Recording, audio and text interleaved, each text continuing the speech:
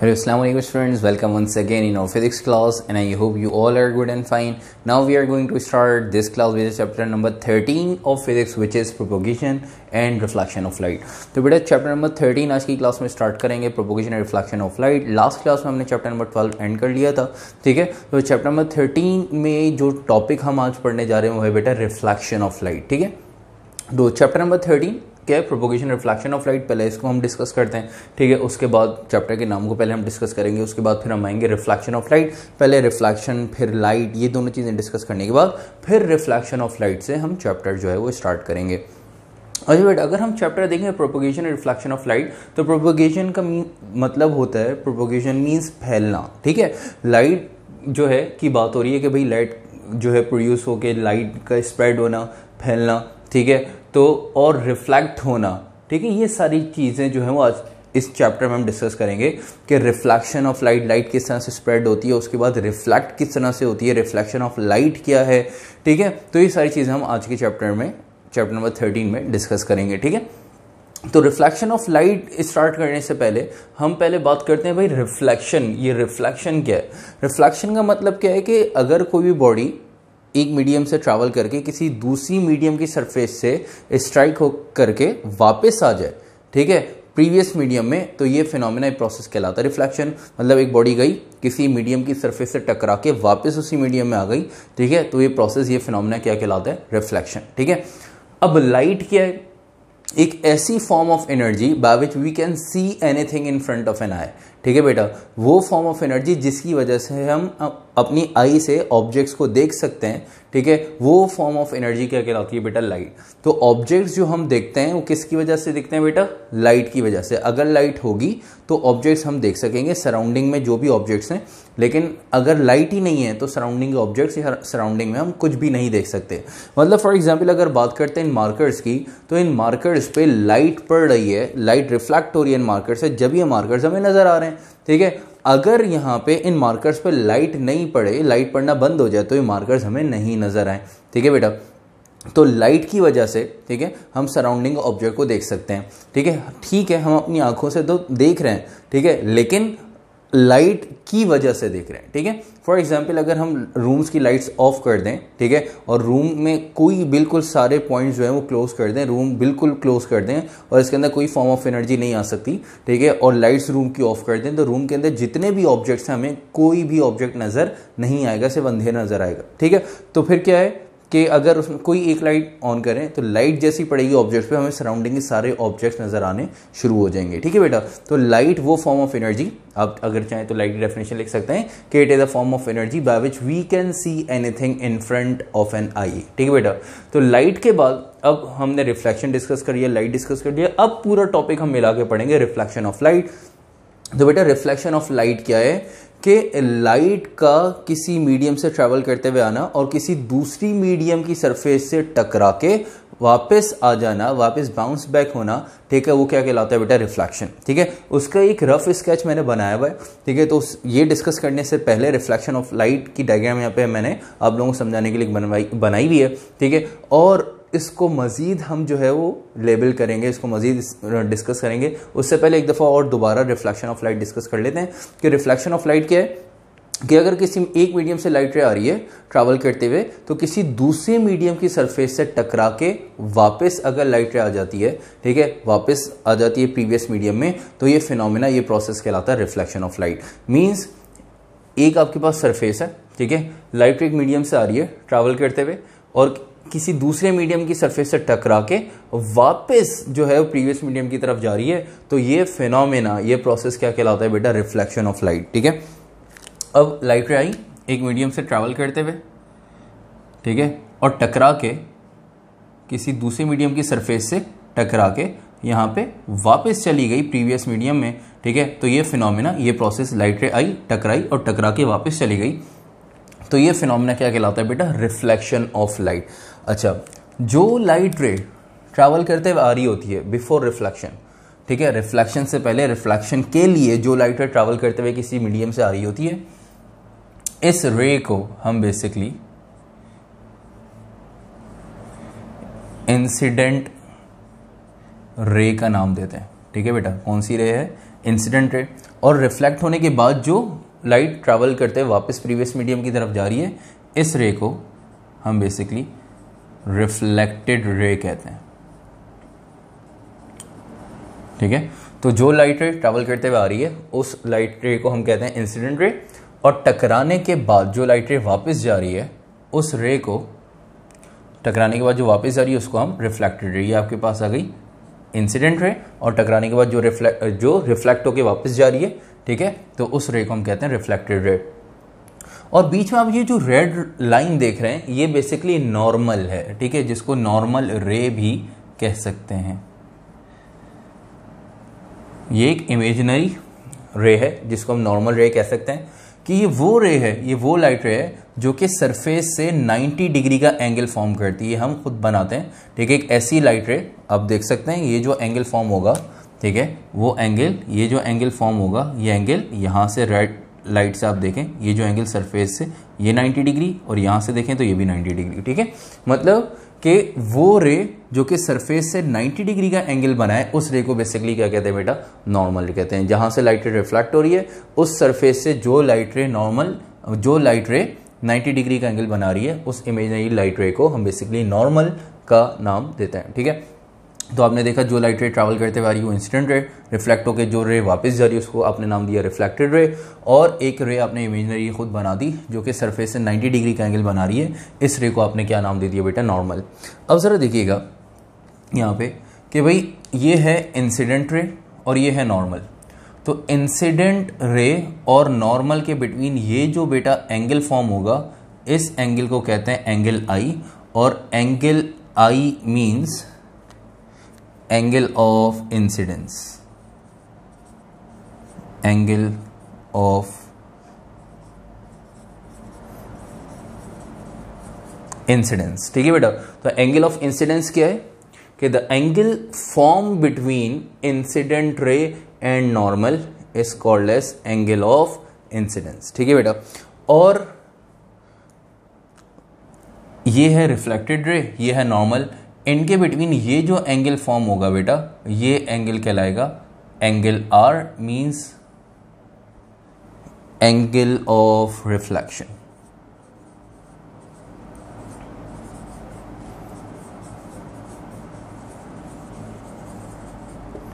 Angle of reflection, ठीक है बेटा।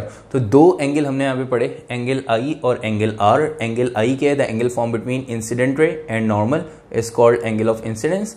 The angle form between reflected ray and normal is called as angle of reflection, ठीक है बेटा।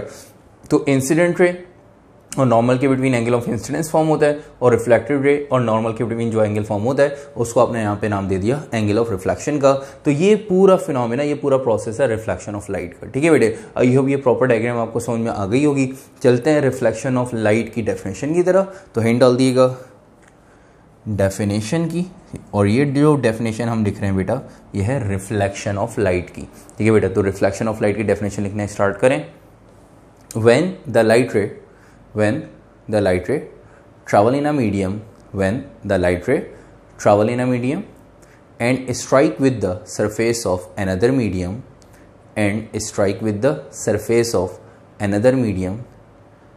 then come back to its previous medium, this phenomena is called as reflection of light. Repeat कर रहा हूँ, जरा देख लीजिएगा। When the light ray travel in a medium and strike with the surface of another medium, then come back to its previous medium, this phenomena is called as reflection of light, ठीक है बेटा। तो reflection of light के बाद अब heading डाल दिएगा angle of incidence की।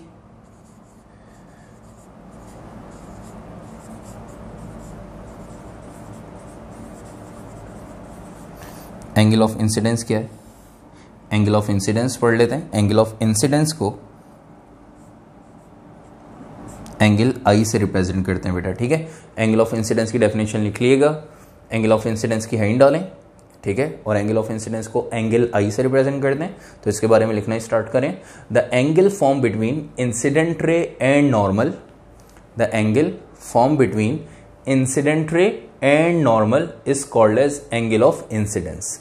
The angle form between incident ray and normal is called as angle of incidence. ठीक है बेटा, एंगल ऑफ इंसिडेंस के बाद हम डाल दें एंगल ऑफ रिफ्लेक्शन की।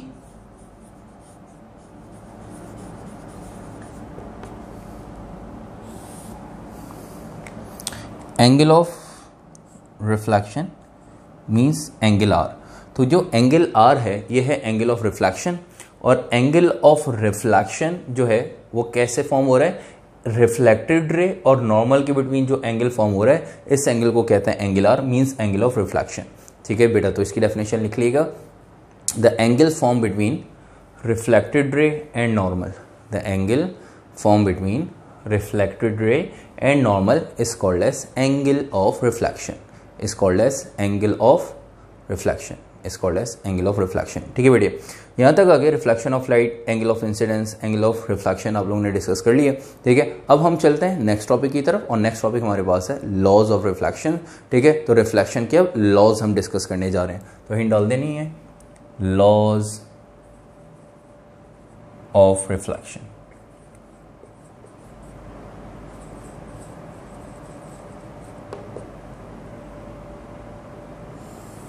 एंड डाल दें लॉज ऑफ रिफ्लेक्शन।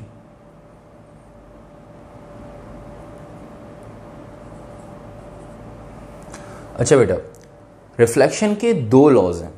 ठीक है, एक एक करके हम दोनों को डिस्कस करते हैं। चाहे आप लोग हेडिंग डाल दें फर्स्ट लॉ ऑफ रिफ्लेक्शन, फिर उसकी स्टेटमेंट लिखें, या फिर सेकंड लॉ ऑफ रिफ्लेक्शन के हेडिंग डाल के फिर उसकी स्टेटमेंट लिखें। ठीक है, या फिर डायरेक्ट जो है वो आप 1 और 2 करके दोनों स्टेटमेंट लिख सकते हैं। ठीक है, तो हम यहाँ पे बात करते हैं पहले फर्स्ट लॉ ऑफ रिफ्लेक्शन की।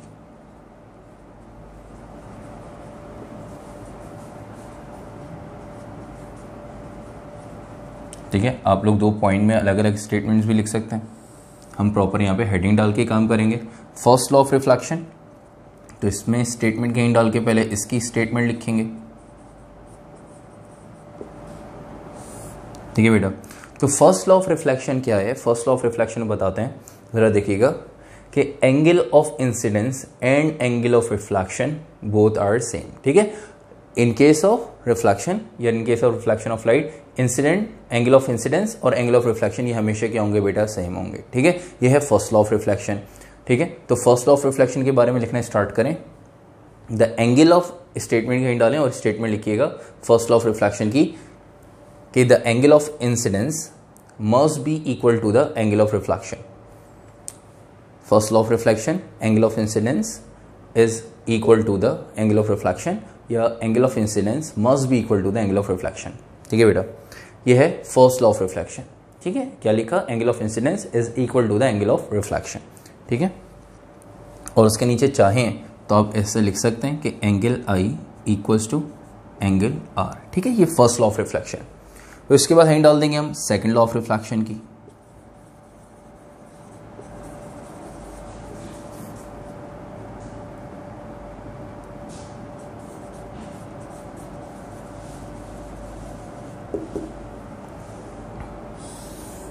सेकेंड लॉ ऑफ रिफ्लेक्शन, इसकी भी स्टेटमेंट कहीं डाल दिएगा। सेकेंड लॉ ऑफ रिफ्लेक्शन क्या बेटा, जरा देखिएगा, ये है इंसिडेंट रे, ये है नॉर्मल और ये है रिफ्लेक्टेड रे। बताते हैं ये हैं कि भाई इंसिडेंट रे, नॉर्मल और रिफ्लेक्टेड रे ये तीनों बेटा एक पॉइंट पे लाई करती हैं। ठीक है, ये है आपके पास सेकेंड लॉ ऑफ रिफ्लेक्शन। ऐसा नहीं है कि भाई इंसिडेंट रे और रिफ्लेक्टेड रे एक पॉइंट पे और नॉर्मल का पॉइंट अलग बन रहा है, नॉर्मल ऐसे ड्रॉ कर रहा है, नहीं।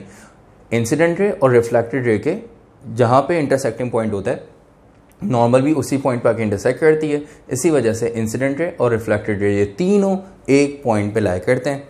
ये आपके पास सेकेंड लॉ ऑफ रिफ्लेक्शन है। ठीक है, तो सेकेंड लॉ ऑफ रिफ्लेक्शन में लिखिएगा the incident ray comma reflected ray and normal, the incident ray comma reflected ray and normal lies on a same point. The incident ray comma reflected ray and normal lies on a same point, lies on a same point. ठीक है बेटा, तो incident रे, reflected ray और normal तीनों जो हैं वो एक ही पॉइंट पे लाई करते हैं। ये आपके पास सेकंड लॉ ऑफ रिफ्लेक्शन। इसके बाद अब हम चलते हैं अपने नेक्स्ट टॉपिक की तरफ, लॉज ऑफ रिफ्लेक्शन के बाद अब हम पढ़ने जा रहे हैं रेगुलर और इरेगुलर रिफ्लेक्शन। रिफ्लेक्शन की दो टाइप्स होती हैं, टाइप्स ऑफ रिफ्लेक्शन हम पढ़ने जा रहे हैं। तो आप लोगों ने हेड डाल देनी है टाइप्स ऑफ रिफ्लेक्शन, जिसके अंदर हम दो टाइप्स पढ़ेंगे, एक रेगुलर एंड इरेगुलर। ठीक है, हेड डाल दें टाइप्स ऑफ रिफ्लेक्शन की।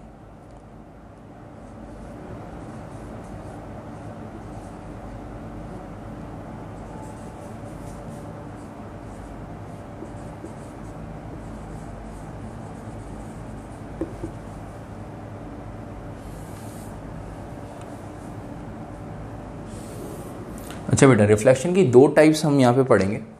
एक आपके पास है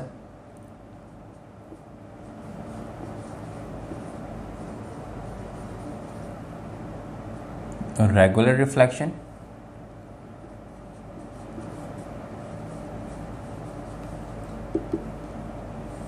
and the second one is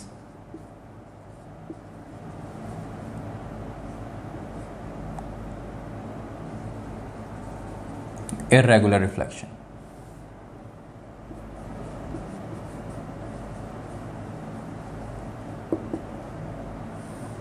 अच्छा बेटा, रेगुलर और इरेगुलर रिफ्लेक्शन क्या है, ठीक है, क्या डिफरेंस है, चलते हैं पहले हम बनाएंगे इसकी डायग्राम और उसके बाद फिर रेगुलर और इरेगुलर रिफ्लेक्शन के डिफरेंसेस यहाँ पे हम डिस्कस करेंगे। In the form of differences हम यहाँ पे पढ़ रहे हैं, ताकि जो है वो अगर डिफरेंसेस की फॉर्म में भी आ जाए तब आप लोग जो है इनके डिफरेंसेस लिख सकते हैं। अदरवाइज अलग अलग टॉपिक आ जाए तो आप अलग अलग इनको एक्सप्लेन कर सकते हैं। ठीक है, तो पहले हम बनाएंगे डायग्राम।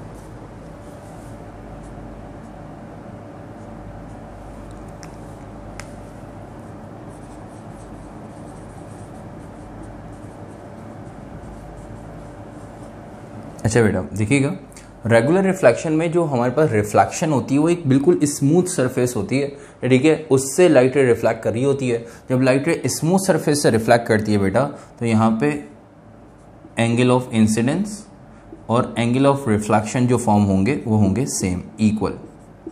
ठीक है बेटा, तो एंगल ऑफ इंसिडेंस और एंगल ऑफ रिफ्लेक्शन सेम कहाँ होते हैं, रेगुलर रिफ्लेक्शन में। और रेगुलर रिफ्लेक्शन में जो लाइट रे रिफ्लेक्ट करती है वो एक स्मूथ सरफेस से रिफ्लेक्ट करती है। ठीक है, अगर बात करते हैं इरेगुलर रिफ्लेक्शन की, तो इरेगुलर रिफ्लेक्शन में जो सरफेस है वो अनस्मूथ होती है। अब जब अनस्मूथ सरफेस से लाइट रे रिफ्लेक्ट करेगी तो बेटा रिफ्लेक्शन के बाद वो जैसे आई है वैसे नहीं जाएगी, ठीक है, थोड़ी बेंड हो जाएगी। मतलब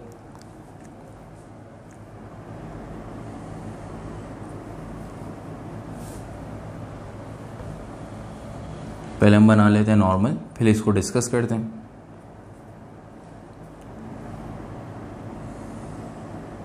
ठीक है, अब यहां पे आप देखें जो सरफेस है वो है अनस्मूथ।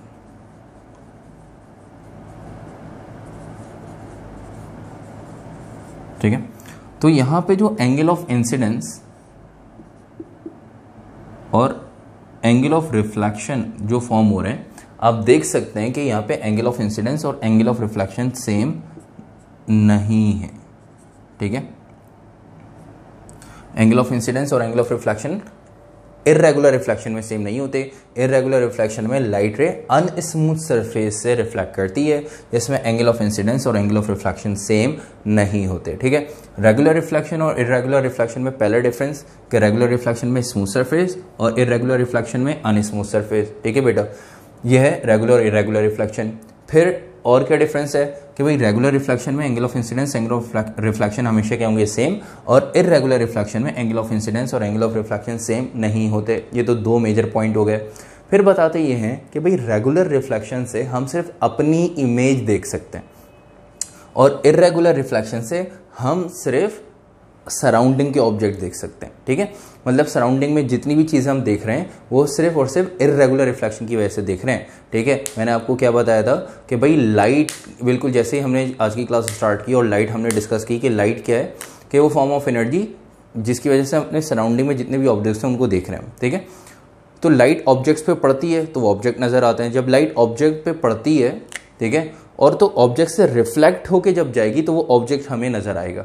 ठीक है, तो अब ऑब्जेक्ट जैसे मार्कर हमें नज़र आ रहे हैं, इसकी सरफेस जो है वो अनस्मूथ है। जब लाइट यहाँ से रिफ्लेक्ट हो रही है तो वहाँ पे कौन सी रिफ्लेक्शन हो रही है बेटा, इररेगुलर रिफ्लेक्शन। तो सराउंडिंग की जितनी भी चीज़ें हमें नज़र आ रही हैं वो इररेगुलर रिफ्लेक्शन की वजह से नज़र आ रही हैं। ठीक है, और रेगुलर रिफ्लेक्शन से सिर्फ अपनी इमेज देख सकते हैं। जैसे मिरर है, मिरर में बिल्कुल स्मूथ सरफेस होती है, एक साइड पॉलिश्ड होती है।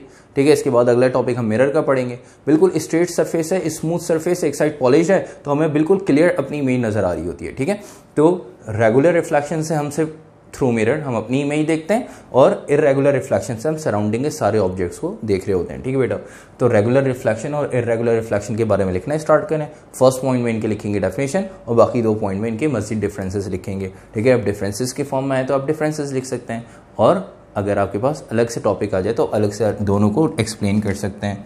ठीक है बेटा, तो चलें फर्स्ट पॉइंट लिखिएगा,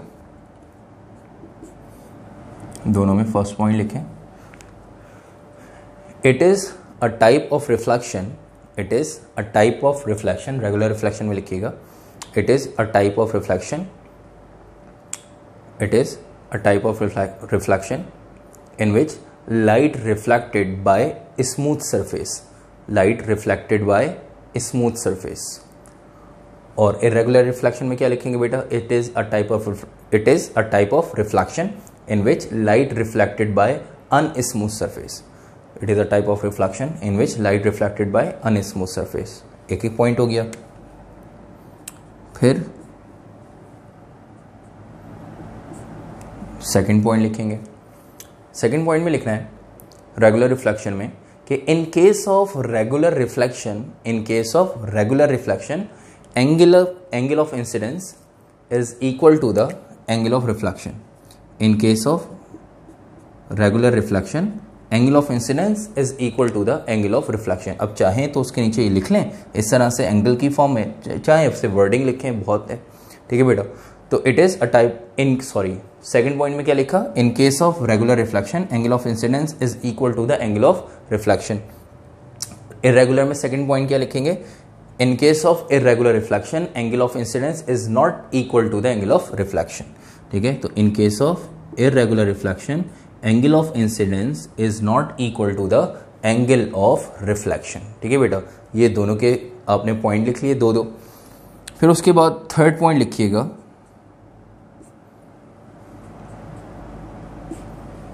in case of regular reflection, in case of regular reflection we can see our image, in case of regular reflection we can see our image, we can see our image। ठीक है, irregular reflection में third point लिखेंगे, in case with the help of irregular reflection, with the help of irregular reflection we can see anything in our surrounding, with the help of irregular reflection, third point लिख रहे हैं irregular reflection में with the help of irregular reflection we can see anything in our surrounding, in our surrounding। ठीक है बेटा, यहाँ तक आगे रेगुलर और इररेगुलर रिफ्लेक्शन का टॉपिक हो गया कंप्लीट। तो रेगुलर और इररेगुलर रिफ्लेक्शन को हमने डिफरेंसेस की फॉर्म में डिस्कस कर लिया। अब हम चलते हैं अपने नेक्स्ट टॉपिक की तरफ, और नेक्स्ट टॉपिक हमारा है मिरर का। ठीक है भाई, तो हिंट डाल दिएगा मिरर की।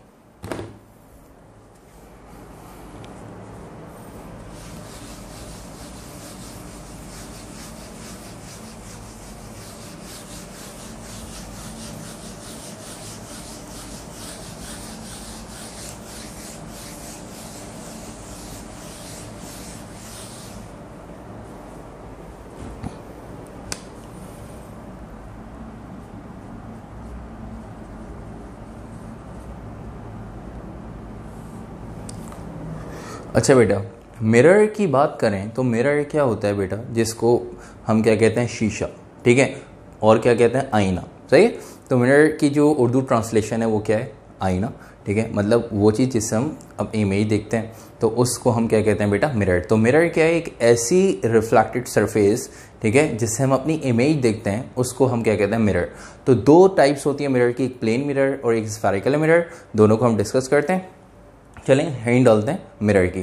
जी भाई, तो हिंट डाल दें मिरर की और मिरर के बारे में लिखना स्टार्ट करें कि मिरर के बारे में लिखना स्टार्ट करें बेटा। A highly reflected surface, a highly reflected surface by which we can see our image, a highly reflected surface by which we can see our image is called as mirror. A highly reflected surface by which we can see our image is called as mirror. तो mirror की definition लिखने के बाद फिर हम यहाँ पे hint डालेंगे टाइप्स ऑफ मिरर की।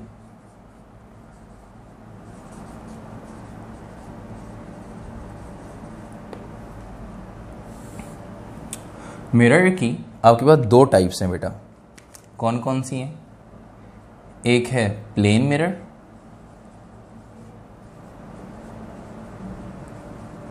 ठीक है, and the other one is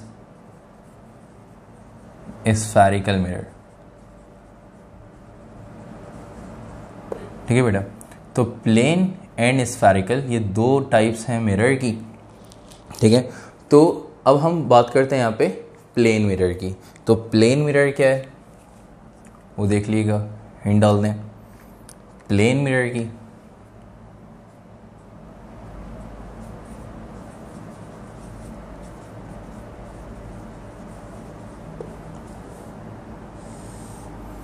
plane mirror क्या होता है बेटा कि एक ऐसा मिरर, एक अब और आसान कर लें, एक ऐसी रिफ्लेक्टेड सरफेस जो बिल्कुल स्ट्रेट हो और एक साइड से क्या हो बेटा, पॉलिश हो, और दूसरी साइड इसकी क्या हो, रिफ्लेक्टिंग हो, ठीक है, कि लाइट रे आई, रिफ्लेक्ट करके वापस चली गई। तो यहाँ पे भी जो स्ट्रेट सरफेस, ठीक है, और एक साइड उसकी पॉलिश हो, ठीक है, और एक बिल्कुल रिफ्लेक्टिंग सरफेस हो, इस तरह के मिरर को जो बिल्कुल स्ट्रेट होगी, ठीक है, जो बिल्कुल स्ट्रेट सरफेस है, इस तरह के मिरर को हम बेसिकली प्लेन मिरर का नाम देते हैं, ठीक है। तो प्लेन मिरर क्या है, एक ऐसी स्ट्रेट रिफ्लेक्टिंग सरफेस जिससे हम अपनी इमेज देख रहे होते हैं बेटा, उस मिरर को हम बेसिकली प्लेन मिरर का नाम देते हैं। तो लिखिएगा इसकी डेफिनेशन प्लेन मिरर की, a highly reflecting straight surface, a highly reflecting straight surface, a highly reflecting straight surface by which we can see our image, a highly reflecting straight surface by which we can see our image is called as plane mirror, is called as plane mirror. तो plane mirror के बाद फिर हम hint डालेंगे next topic, next type spherical mirror, ठीक है भाई, spherical mirror, ठीक है। तो स्फेरिकल मिरर क्या है कि बेटा एक ऐसा कर्व मिरर, ठीक है, एक ऐसा कर्व मिरर या ऐसी कर्व रिफ्लेक्टिंग सरफेस जिससे हम अपनी इमेज देखते हैं, ठीक है। तो उस मिरर को हम बेसिकली स्फेरिकल मिरर का नाम देते हैं। इसमें दो तरीके के आपके पास दो टाइप के मिरर होते हैं, स्फेरिकल मिरर में दो मिरर होते हैं, ठीक है। स्फेरिकल मिरर की भी आगे दो सब टाइप्स हैं, ठीक है, दो सब टाइप्स कौन कौन सी हैं? एक आपके पास है बेटा कॉनकेव मिरर और एक है कॉन्वेक्स मिरर, ठीक है। जो आउटर साइड जिसकी बेटा पॉलिश्ड हो, ठीक है, आप देख रहे हैं ऐसी कर्व सरफेस, ठीक है, जो कि रिफ्लेक्टिंग हो जिससे हम अपनी इमेज देख सकें, उसको हम कहते हैं बेटा स्फेरिकल मिरर। और उसमें दो तरीके के स्फेरिकल मिरर हैं, एक है आपके पास जो आउटर साइड पॉलिश हो, इनर साइड रिफ्लेक्टिंग हो, इस मिरर को कहते हैं कॉनकेव मिरर,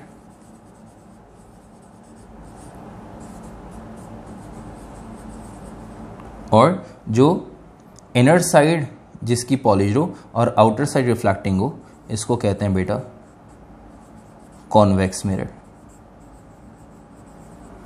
ये चीज़ याद रखिएगा कि मिरर की दो टाइप्स, स्फेरिकल मिरर की दो टाइप्स हैं, जिसमें इनर साइड पॉलिश्ड हो, ठीक है, और आउटर साइड रिफ्लेक्टिंग हो, उसको कहते हैं कॉन्वेक्स। जिसमें आउटर साइड पॉलिश हो और इनर साइड रिफ्लेक्टिंग हो, ठीक है, जैसे लाइट रे आ रही है,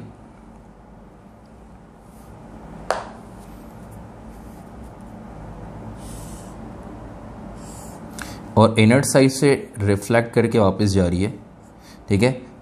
इस मिरर को हम कहते हैं कॉनकेव मिरर। और जिसमें आउटर साइड पॉलिश, जिसमें आउटर साइड रिफ्लेक्टिंग हो, लाइट रे आए और आउटर साइड से रिफ्लेक्ट होके वापस चली जाए, रिफ्लेक्शन आउटर साइड से हो रही हो, इस तरह के मिरर को बेसिकली हम कॉन्वेक्स मिरर का नाम देते हैं, ठीक है।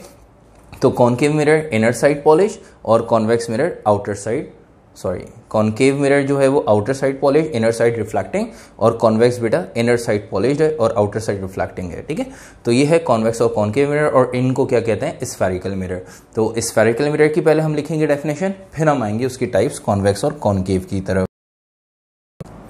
डेफिनेशन यहीं डालें और डेफिनेशन लिखना स्टार्ट करें स्फेरिकल मिरर की, और स्फेरिकल मिरर के बारे में लिखना स्टार्ट करें। A highly reflecting curved surface, a highly reflecting curved surface by which we can see our image, a highly reflecting curved surface by which we can see our image is called as spherical mirror, is called as spherical mirror, ठीक है बेटा। तो spherical mirror की definition के बाद अब हम यहाँ पे आगे दो टाइप्स कॉन्वेक्स और कॉनकेव मिरर ये डिस्कस करेंगे, ठीक है। तो यहीं डाल देंगे हम यहाँ पे टाइप्स ऑफ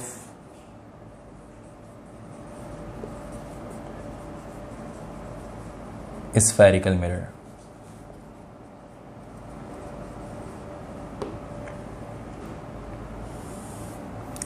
स्फेरिकल मिरर की दो टाइप्स पहले हम पढ़ेंगे, कॉनकेव मिरर, फिर इसके बाद कॉन्वेक्स मिरर, ठीक है। तो कॉनकेव मिरर के यहीं डालें, कॉनकेव मिरर की डायग्राम आप देख सकते हैं, ठीक है। ये कॉनकेव मिरर वो मिरर जो आउटर साइड पॉलिश्ड हो और इनर साइड जिसकी रिफ्लेक्टिंग हो, उसको हम कहते हैं कॉनकेव मिरर।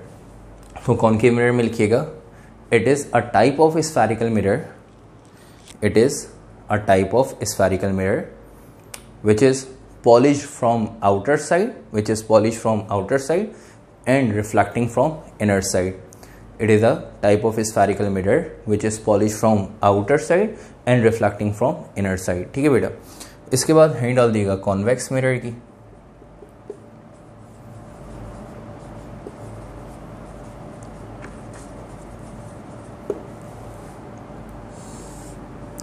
तो कॉन्वेक्स मिरर क्या होता है, डायग्राम आपके सामने बनी हुई है कि वो मिरर की टाइप जो इनर साइड रिफ्लेक्ट, जो इनर साइड जिसकी पॉलिश हो और आउटर साइड जिसकी रिफ्लेक्टिंग हो, उस मिरर की टाइप को हम कॉन्वेक्स मिरर कहते हैं, ठीक है। तो कॉन्वेक्स मिरर की डेफिनेशन आप लोग आई होप खुद लिख सकते हैं, ठीक है। जिस तरह से कॉनकेव में, इस तरह से कॉन्वेक्स में थोड़ा सा चेंज आ जाएगा। क्या आएगा चेंज, कि भाई जिसकी इनर साइड पॉलिश और आउटर साइड रिफ्लेक्टिंग हो। तो it is a type of spherical mirror, convex mirror में लिखना स्टार्ट करें, it is a type of spherical mirror which is polished from inner side and reflecting from outer side. It is a type of spherical mirror which is polished from inner side and reflecting from outer side, ठीक है। It is a type of spherical mirror which is polished from inner side and reflecting from outer side। Convex mirror के बाद अब हम आगे चलते हैं अपने नेक्स्ट टॉपिक की तरफ। अब हम इस पूरे चैप्टर के अंदर जो बेसिक टर्म्स यूज होंगी आगे, ठीक है, कॉनकेव मिरर को फर्दर हम आगे डिस्कस करेंगे, ठीक है। कॉन्वेक्स और कॉनकेव मिरर दोनों को आगे डिस्कस करेंगे। तो उनमें जो उन मिरर में जो टर्म यूज होंगी वो टर्म्स बेसिकली अब हम पढ़ने जा रहे हैं, ठीक है। उन टर्म्स की डेफिनेशंस भी पढ़ेंगे, उन टर्म्स को डिस्कस करेंगे, उनके बारे में लिखेंगे, ठीक है। तो उसके लिए अब हम यहाँ पे हैंड डाल देंगे बेसिक डेफिनेशंस की, और वो बेसिक टर्म्स की डेफिनेशन हम यहाँ पे डिस्कस करेंगे, ठीक है। तो हैंड डाल दें बेसिक डेफिनेशंस की, ठीक है। और बेसिक डेफिनेशन में हमारे पास जो फर्स्ट डेफिनेशन है बेटा वो है अपर्चर।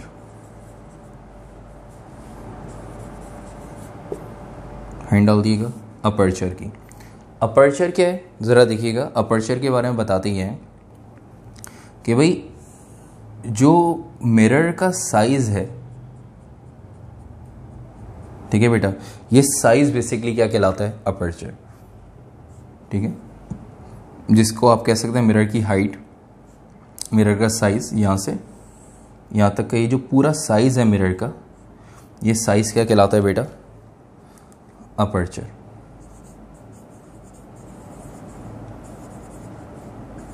ये साइज पूरा मिरर का कहलाता है अपर्चर, ठीक है। तो आपने यहाँ पे लिखा, देखा कि भाई अपर्चर क्या है? द साइज ऑफ मिरर या the height of mirror is called aperture, ठीक है। तो अपर्चर की डेफिनेशन लिखिएगा, डायग्राम अगर चाहें तो बना लें, याद रहेगा आपको कि जो मिरर का पूरा साइज होता है, ये साइज, ठीक है, क्या कहलाता है बेटा? अपर्चर। तो लिखें, the size of mirror is called aperture, the size of mirror is called aperture. Aperture के बाद हम नेक्स्ट डेफिनेशन की तरफ चलते हैं।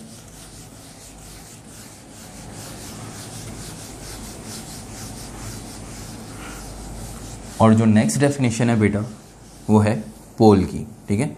तो हैंड डाल देंगे पोल, POLE। ये पोल क्या है ये हम डिस्कस करते हैं, जल्दी से हैंड डालें। नेक्स्ट बेसिक डेफिनेशन, पोल, ठीक है। पोल, ये जो अपर्चर है, ठीक है, मिरर का जो साइज है, इसका जो सेंटर पॉइंट होगा ना बेटा, सेंटर पॉइंट, वो सेंटर पॉइंट कहलाता है पोल, ठीक है। तो अपर्चर का जो सेंटर पॉइंट होगा, वो सेंटर पॉइंट क्या कहलाता है बेटा? पोल, ठीक है। अपर्चर का सेंटर पॉइंट या मिरर का जो साइज है उसका सेंटर पॉइंट या मिरर का जो सेंटर पॉइंट है उसको हम क्या कहते हैं? पोल, ठीक है। तो पोल में लिखिएगा, पोल के बारे में लिख लें, the centre point of aperture, the centre point of aperture या द सेंटर ऑफ अपर्चर, ठीक है, the centre point of aperture is called pole, the centre point of aperture is called pole. तो पोल का जो symbol है वो capital P है, ठीक है। The centre point of aperture is called pole. Pole के बाद फिर हम डालेंगे सेंटर ऑफ कर्वेचर।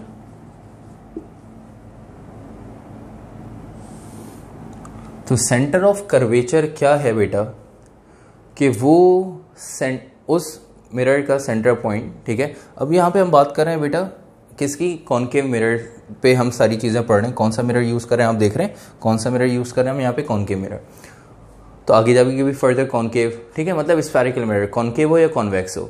तो जो सेंटर ऑफ कर्वेचर की बात करें तो सेंटर ऑफ कर्वेचर वो सेंटर पॉइंट होता है, ठीक है, जिसका हमने मिरर का मतलब पार्ट लिया होता है। मतलब कि भाई देखें, ये कॉनकेव मिरर है, ये स्फेरिकल मिरर है, ये किसी ना किसी स्फेयर का पार्ट है। तो जिस स्फेयर से ये मिरर लिया गया है, ठीक है, जिस स्फेयर से ये मिरर का पार्ट लिया गया है, ठीक है, तो उस मिरर का जो, उस स्फेयर का जो सेंटर पॉइंट है, वो सेंटर पॉइंट क्या कहलाता है? Centre of curvature. मतलब सपोज कर लें यहाँ पे कि आपके पास एक कॉनकेव मिरर है, ठीक है। ये कॉनकेव मिरर हमने लिया है, तो ये किसी ना किसी स्फेयर का क्या होगा? पार्ट होगा। मतलब किसी ना किसी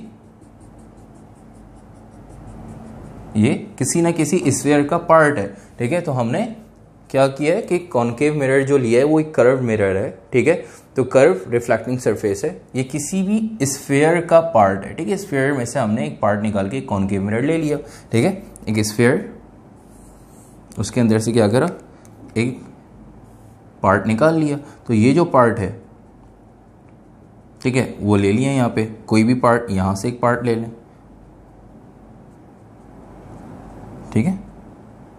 तो ये आपके पास एक मिरर आ जाएगा। तो हमने क्या करा? स्फेयर से एक पार्ट ले लिया, ठीक है, एक स्फेरिकल, पूरा स्फेरिकल मिरर का एक पार्ट ले लिया जिसको हमने नाम दे दिया कॉनकेव मिरर का। तो ये जो कॉनकेव मिरर जिस स्फेयर का पार्ट है, ठीक है, उस स्फेयर का जो सेंटर पॉइंट होगा वो सेंटर पॉइंट कहलाता है बेटा सेंटर ऑफ कर्वेचर, जिसको C से रिप्रेजेंट करते हैं, ठीक है। तो ये पॉइंट क्या था बेटा आपके पास? जो, ठीक है, जो मिरर का सेंटर पॉइंट है या अपर्चर का सेंटर पॉइंट है, उसको आपने P पोल से रिप्रेजेंट किया था। और जो ये कॉनकेव मिरर है जिस स्फेयर से लिया गया है, ठीक है, उस स्फेयर का जो सेंटर पॉइंट है उसको हम कहते हैं सेंटर ऑफ कर्वेचर, ठीक है, उसको हम क्या कहते हैं बेटा, सेंटर ऑफ कर्वेचर। तो जल्दी से सेंटर ऑफ कर्वेचर की डायग्राम बनाए तो उसके बारे में लिखिएगा। It is a centre of sphere, it is a center of sphere from which the spherical mirror is taken, from which the spherical mirror is taken. It is the center of sphere, it is the center of sphere, yeah, it is the center point of sphere from which the spherical mirror is taken, from which the spherical mirror is taken. तो center of curvature का जो symbol है बेटा, उसको हम क्या कहते हैं, C। सेंटर ऑफ कर्वेचर का सिंबल है C और इसको 2F भी कहते हैं। ये 2F क्या है ये हम आगे जाके पढ़ेंगे, अभी मैं नहीं बता रहा, इसी डेफिनेशन में ही आगे जाके हम प्रिंसिपल फोकस पढ़ेंगे। तो प्रिंसिपल फोकस का जो ट्वाइस है, twice of the principal focus, उसको हम 2F कहते हैं और सेंटर ऑफ कर्वेचर वो एक ही बात है, ठीक है, बराबर होते हैं।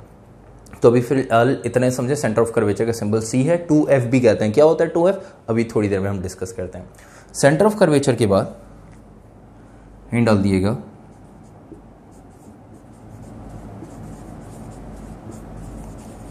प्रिंसिपल एक्सिस की।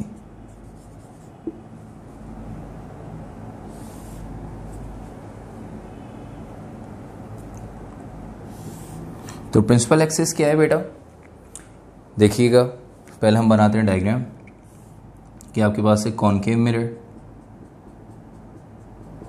ठीक है, और ये इसका जो सेंटर पॉइंट है, ये सेंटर पॉइंट क्या कहलाता है बेटा, पोल, और इसके सामने इसका जो सेंटर है किसका बेटा, ठीक, इस स्फेरिकल मिरर का जो सेंटर होगा जिससे ये मिरर लिया गया है, ठीक है, उसको हम क्या कहते हैं, C, ठीक है, सेंटर ऑफ कर्वेचर। और सेंटर ऑफ कर्वेचर को और क्या कह सकते हैं, 2F।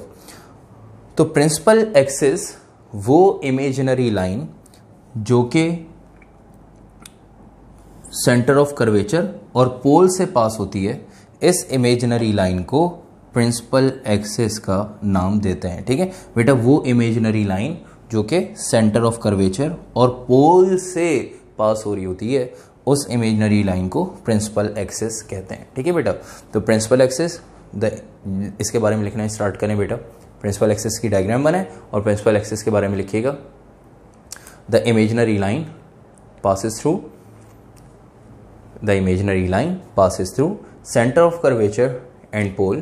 The imaginary line passes through center of curvature and pole is called principal axis या principal of axis, ठीक है, is called principal axis, ठीक है बेटा। तो principal axis की definition लिख ली आप लोगों ने। इसके बाद चलते हैं next definition की तरफ।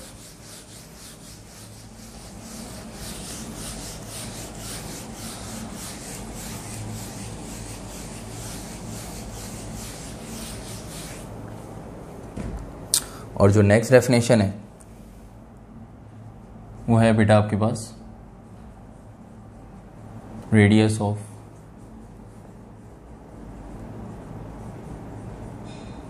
कर्वेचर, ठीक है, radius of curvature. Radius of curvature क्या है देख लेते हैं।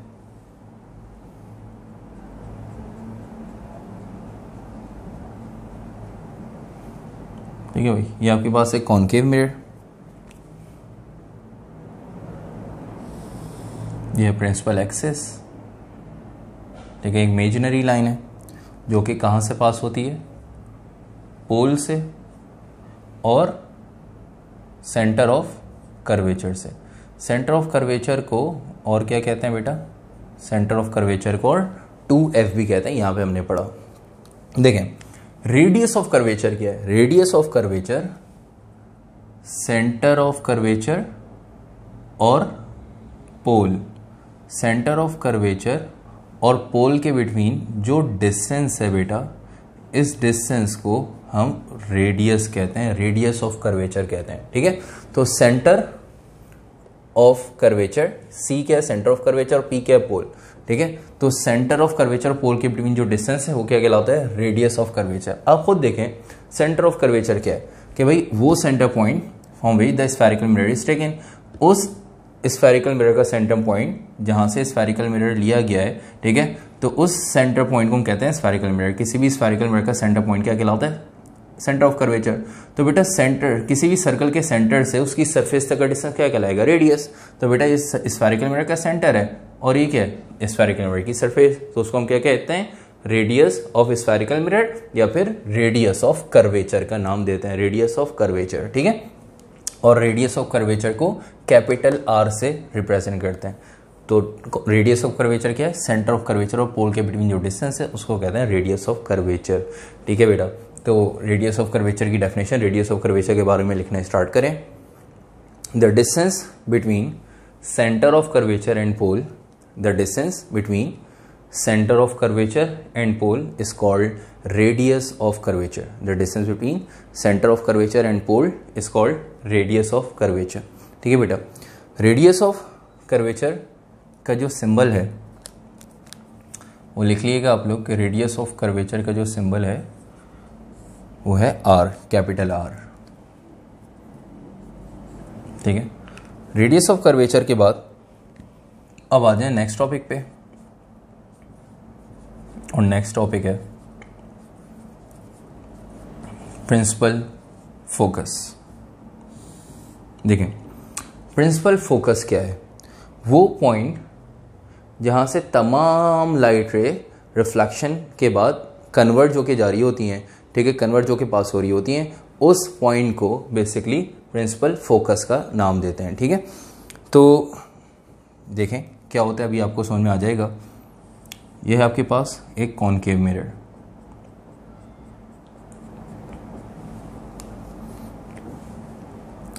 ठीक है भाई। तो ये जो है एक बना लेते हैं हम प्रिंसिपल एक्सिस,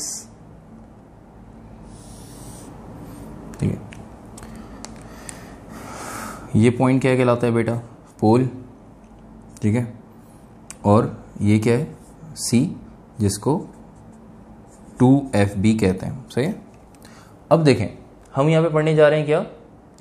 प्रिंसिपल फोकस। तो प्रिंसिपल फोकस क्या है कि जिस पॉइंट से तमाम लाइट रे रिफ्लेक्शन के बाद कन्वर्ज होके जिस पॉइंट से तमाम लाइट रेस पास होंगी उसको कहते हैं प्रिंसिपल फोकस। देखिएगा कि भाई एक लाइट रे पैरेलल आ रही है, रिफ्लेक्शन के बाद एक पॉइंट से पास हो गई, एक और लाइट रे पैरेलल आ रही है, रिफ्लेक्शन के बाद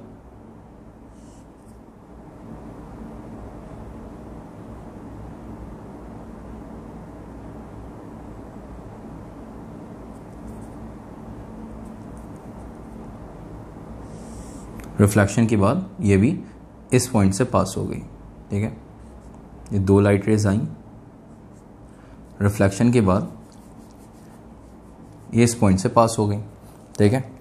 यहां से नीचे से दो लाइट रेस, एक लाइट रे पैरेलल आई और रिफ्लेक्शन के बाद इस पॉइंट से पास हो गई, ठीक है। दूसरी लाइट रे ये भी पैरेलल आई और रिफ्लेक्शन के बाद ये भी इस पॉइंट से पास हो गई। तो बेटा जो लाइट रे, ठीक है, मतलब वो पॉइंट जहां से तमाम लाइट रे रिफ्लेक्शन के बाद पास हो रही होती हैं, ठीक है। देखें ऊपर से भी दो लाइट रे आ रही हैं, नीचे से भी तमाम लाइट रे रिफ्लेक्शन के बाद कन्वर्ज होके एक पॉइंट से पास हो रही हैं। तमाम लाइट रेस आप देख रहे हैं एक पॉइंट से पास हो रही हैं और इस एक पॉइंट को हम क्या कहते हैं बेटा? Principal focus. तो प्रिंसिपल फोकस क्या है बेटा? वो पॉइंट जहां से तमाम लाइट रे रिफ्लेक्ट होके पास होती हैं, कन्वर्ज होके एक पॉइंट से पास हो रही है। देखिए चारों लाइट रेज एक ही पॉइंट से, उसको कहते हैं प्रिंसिपल फोकस। तो प्रिंसिपल फोकस के बारे में लिखना स्टार्ट करें। डायग्राम बना ले पहले जल्दी से इसकी, फिर इसकी डेफिनेशन लिखिएगा, हिंट डाल दें डेफिनेशन की, ठीक है। यहाँ पे डायग्राम बना ले जल्दी से, इसकी डेफिनेशन। तो प्रिंसिपल फोकस क्या है इसकी डेफिनेशन लिखना स्टार्ट करें। प्रिंसिपल फोकस के बारे में बेटा लिखना स्टार्ट करें, ठीक है। उसके बाद हम लिखेंगे इसका सिंबल। तो डेफिनेशन लिख लीजिएगा प्रिंसिपल फोकस की, the conversion point of light rays, the conversion point of light rays after reflection by a mirror. The conversion point of light rays after reflection by a mirror is called as principal focus. The conversion point of light rays after reflection by a mirror is called as principal focus. और जो इसका symbol है बेटा वो symbol है F, ठीक है, capital F। Principal focus के बाद हैंड डाल दिएगा। नेक्स्ट डेफिनेशन फोकल लेंथ की। फोकल लेंथ क्या है यहीं देख लें इसी डायग्राम में। यह है प्रिंसिपल फोकस और ये पोल। तो प्रिंसिपल फोकस और पोल के बिटवीन ये जो डिस्टेंस है बेटा, इस डिस्टेंस को कहते हैं फोकल लेंथ और उसको स्मॉल f से रिप्रेजेंट करते हैं। तो फोकल लेंथ क्या है बेटा, प्रिंसिपल फोकस और पोल के बिटवीन का डिस्टेंस कहलाता है फोकल लेंथ और उसको स्मॉल f से रिप्रेजेंट करते हैं, ठीक है। तो फोकल लेंथ के बारे में लिखिएगा, the distance between, focal length में लिखें the distance between principal focus and pole is called as focal length. The distance between principal focus and pole is called as focal length. और focal length का जो symbol है वो symbol लिखिएगा, focal length का जो सिंबल है वो बेटा है स्मॉल f, ठीक है। फोकल लेंथ के बाद अब हम आगे चलेंगे नेक्स्ट डेफिनेशन की तरफ।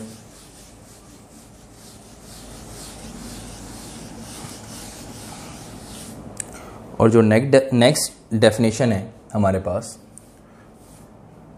वो नेक्स्ट डेफिनेशन है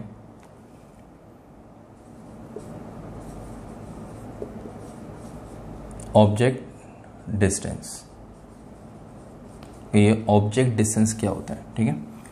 ऑब्जेक्ट डिस्टेंस ये डिस्कस करने से पहले आपको एक चीज़ बताता चलूँ। अभी हमने यहाँ पे जो पढ़ा था कि भाई सेंटर ऑफ कर्वेचर को 2f भी कहते हैं, और हमने यहाँ पे भी लिखा कि भाई सेंटर ऑफ कर्वेचर c को 2f, यहाँ पे सेंटर ऑफ कर्वेचर को 2f।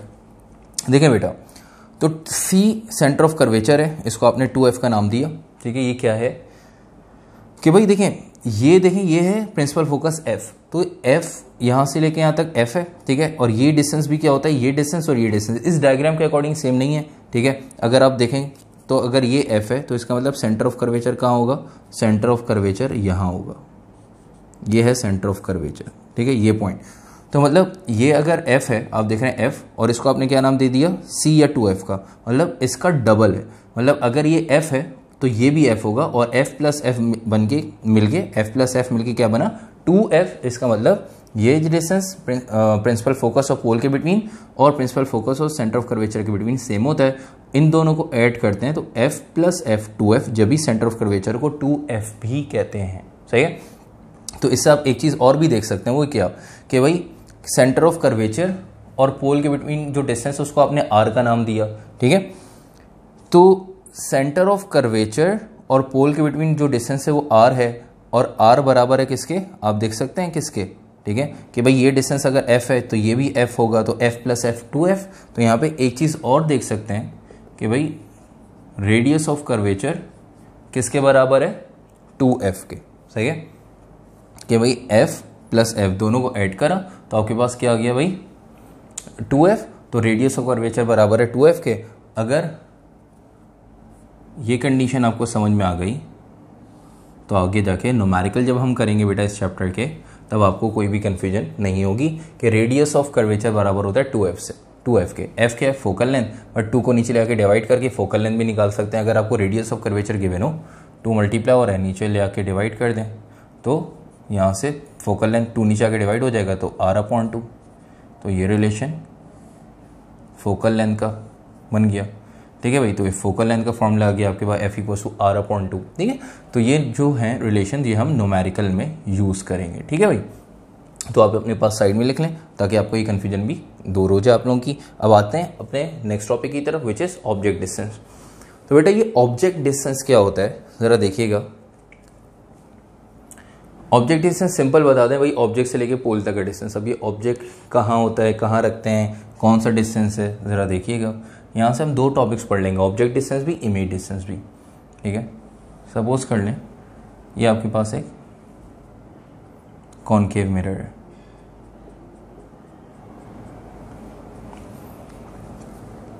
ठीक है।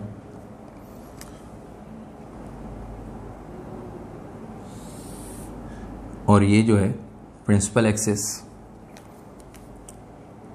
ये पॉइंट क्या है बेटा पोल, ठीक है, ये क्या है f और ये क्या है 2f, जिसको और क्या कहते हैं बेटा c, सही है 2f या c। यहाँ पे आपने 2f और f के बिटवीन सपोज कर लें रखा एक ऑब्जेक्ट, सही है, ऑब्जेक्ट रखा मिरर के सामने, तो उससे क्या होगा इमेज फॉर्म होगी। इमेज कैसे फॉर्म होगी, ऑब्जेक्ट से एक लाइट रे जाएगी पैरेलल, तो जो लाइट रे बेटा पैरेलल जाती है वो रिफ्लेक्शन के बाद प्रिंसिपल फोकस से पास होती है, ठीक है, रिफ्लेक्शन के बाद प्रिंसिपल फोकस से पास होती है। दूसरी लाइट रे आप यहाँ से सपोज कर लें पास हो रही कहाँ पे, प्रिंसिपल फोकस से, ठीक है, या फिर प्रिंसिपल फोकस से पास कराएं या फिर आप पोल से पास कराएं। जहाँ पे जाके ये दोनों लाइट रेज मिलेंगी वहाँ पे इमेज फॉर्म होगी। जहाँ पे दोनों लाइट रेज मिल रही हैं वहाँ पे ये इमेज फॉर्म हो रही है, ठीक है। तो बेटा ये है आपके पास ऑब्जेक्ट जिससे यहाँ पे इमेज फॉर्म हो रही है। कैसे फॉर्म होगी, ठीक है, लाइट रेज कैसे पास हो, ये सब हम आगे अभी सीखेंगे, ठीक है। फिलहाल आपको सिर्फ इतना बताना है कि भाई इमेज, यहाँ पे हमने ऑब्जेक्ट रखा, ऑब्जेक्ट से दो लाइट रेज इमिट हुई, ठीक है, एक पैरेलल गई तो प्रिंसिपल फोकस से पास, दूसरी प्रिंसिपल फोकस से पास हुई तो रिफ्लेक्शन के बाद स्ट्रेट चली गई। यहाँ पे ये जाएगी बिल्कुल स्ट्रेट, बिल्कुल पैरेलल जाएगी। कैसे जाएगी ये हम आगे सीखेंगे, ठीक है। तो जहाँ पे इमेज फॉर्म हो गई, तो बेटा ये रखा ऑब्जेक्ट, उससे ये बन रही इमेज। तो ऑब्जेक्ट ये है बेटा पोल। तो ऑब्जेक्ट से पोल तक का जो डिस्टेंस होता है, ऑब्जेक्ट से पोल तक का जो स्ट्रेट डिस्टेंस होगा, ये डिस्टेंस कहलाता है बेटा ऑब्जेक्ट डिस्टेंस। और ऑब्जेक्ट डिस्टेंस को स्मॉल p से रिप्रेजेंट करते हैं। और ये क्या है बेटा इमेज, और ये क्या है पोल। तो इमेज और पोल के बिटवीन जो डिस्टेंस है, इस डिस्टेंस को इमेज डिस्टेंस कहते हैं, ठीक है। तो ये p क्या है ऑब्जेक्ट डिस्टेंस, और ये q क्या कहलाता है बेटा इमेज डिस्टेंस, ठीक है। तो याद रखिएगा p जो है वो ऑब्जेक्ट डिस्टेंस स्मॉल p, और q जो है वो क्या है बेटा इमेज डिस्टेंस। तो ऑब्जेक्ट डिस्टेंस की डेफिनेशन लिख लें ऑब्जेक्ट डिस्टेंस के बारे में। The distance between object and pole is called as object distance. और किससे रिप्रेजेंट करते हैं स्मॉल p से। The distance between object and pole is called as object distance. Object distance का सिंबल क्या हो गया बेटा, ऑब्जेक्ट डिस्टेंस का सिंबल हो गया स्मॉल p। उसके बाद हाइंड डाल देंगे इमेज डिस्टेंस, लास्ट डेफिनेशन है बेटा।